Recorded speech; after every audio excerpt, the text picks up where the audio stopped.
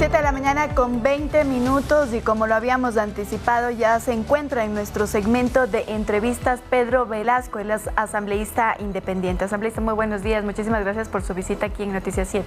Muchas gracias, Andrea Lautaro. Estamos listos para compartir la información.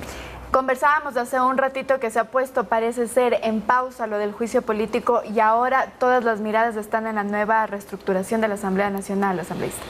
En efecto, el día domingo 14 de mayo, conforme lo dispone la Ley Orgánica de la Función Legislativa, tiene previsto convocarse para el cambio de autoridades, presidencias, vicepresidencias, vocalías del CAL y las comisiones que se lo hará con 48 horas posteriores, me imagino. Sí, eso ha permitido que por lo menos haya, entre comillas, una calma, una pausa para continuar el trámite del juicio político en contra del presidente de la República. ¿Está ya todo dicho de quién será el presidente de la Asamblea? Es decir, Virgilio Staquisela, ¿cree usted que va a lograr reelegirse? Hay una frase que debemos nosotros rescatarla, de que nada está escrito en piedra y que a veces las mayorías que pueden consolidarse en un día, al siguiente día pueden cambiar, están trabajando. Yo creo que los diferentes sectores políticos, la misma bancada del Acuerdo Nacional, está haciendo un planteamiento que me parece muy ético en beneficio del país.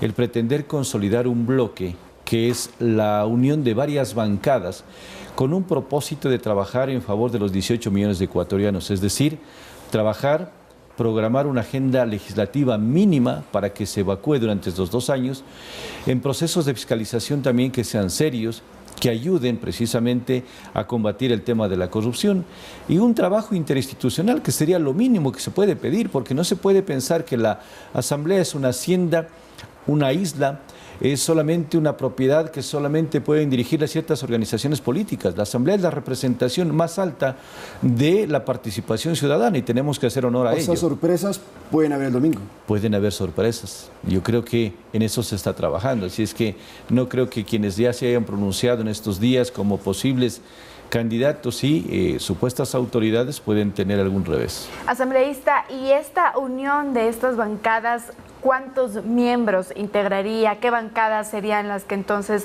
conformarían esta nueva mayoría? A ver, en principio están trabajándose con las bancadas que tienen una afinidad.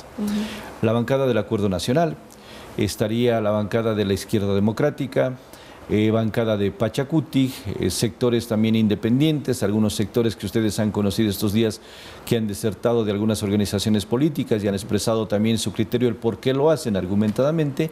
Específicamente del Partido Social Cristiano. Hay algunas personas que han salido de ahí y ellos han fundamentado el por qué ya no se sienten cómodos en la organización política. A mí no me compete analizar internamente lo que ellos decidan, pero creo que el juntarse varias voluntades con un interés muy sano, un propósito de trabajar por el bien del país, me parece que debería haber un desprendimiento de todos los asambleístas, no solamente de quienes pretenden consolidar este nuevo bloque, sino de los 137 asambleístas.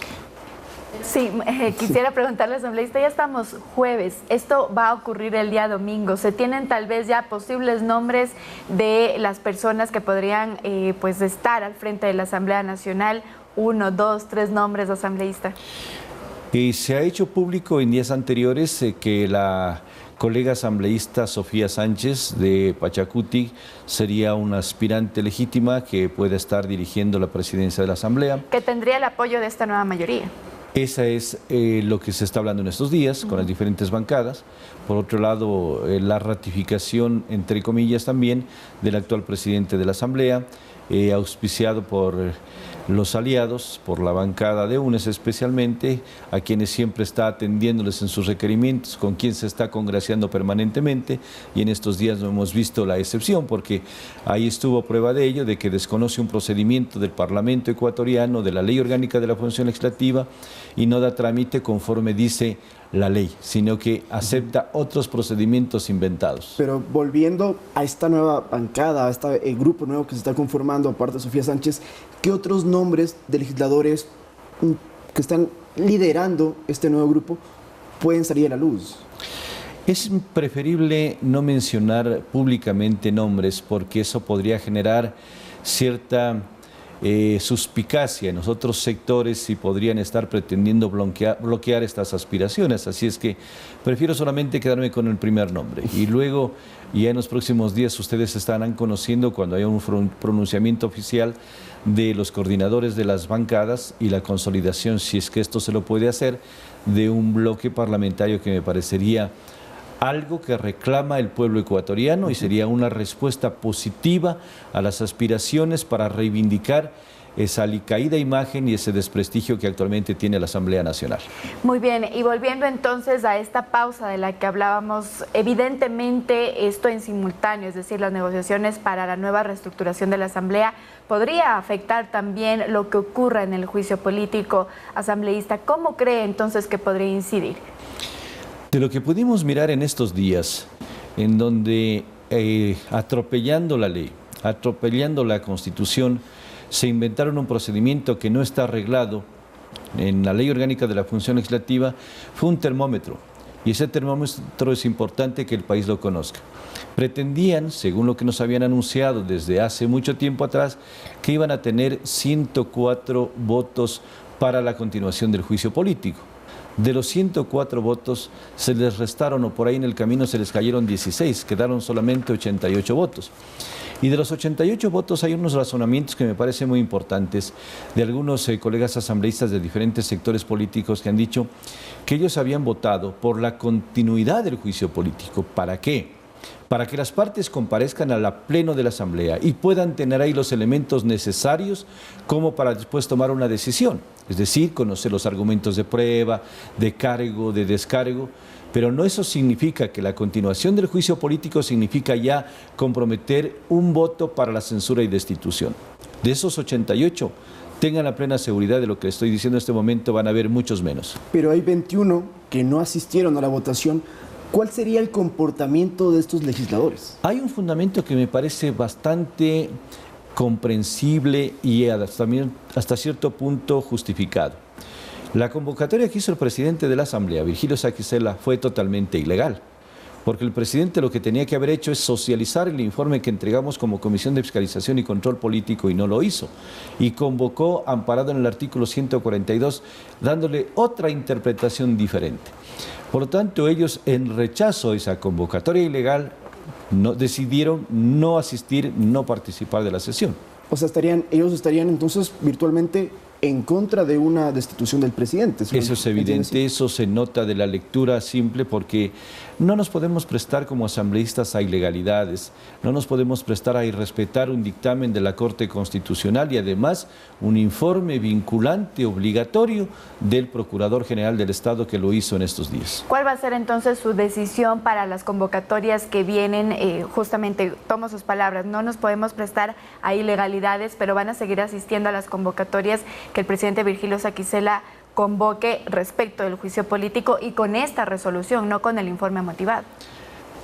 Mi comportamiento siempre será el de respeto a la Constitución y a la ley, y cuando convoca el presidente yo asisto, pero es el escenario propicio como para argumentar, para decirles que yo no estoy de acuerdo, pero con fundamentos. Así lo hice en la última sesión y lo haré en las sesiones que convoque el presidente. Nosotros tenemos la razón, tenemos el respeto irrestricto al dictamen de la Corte Constitucional, el informe vinculante que debemos acatarlo, así es que nosotros estamos en esa línea. Y finalmente, ¿se prevé para el lunes que sea la sesión de la Asamblea, del juicio político? No sabemos todavía, el presidente nos tiene desconcertados. Yo lo había dicho que lo que hizo el presidente con esa convocatoria prácticamente dañó todo el procedimiento que está arreglado en el artículo 92 de la Ley Orgánica de la Función Legislativa. ¿Por qué?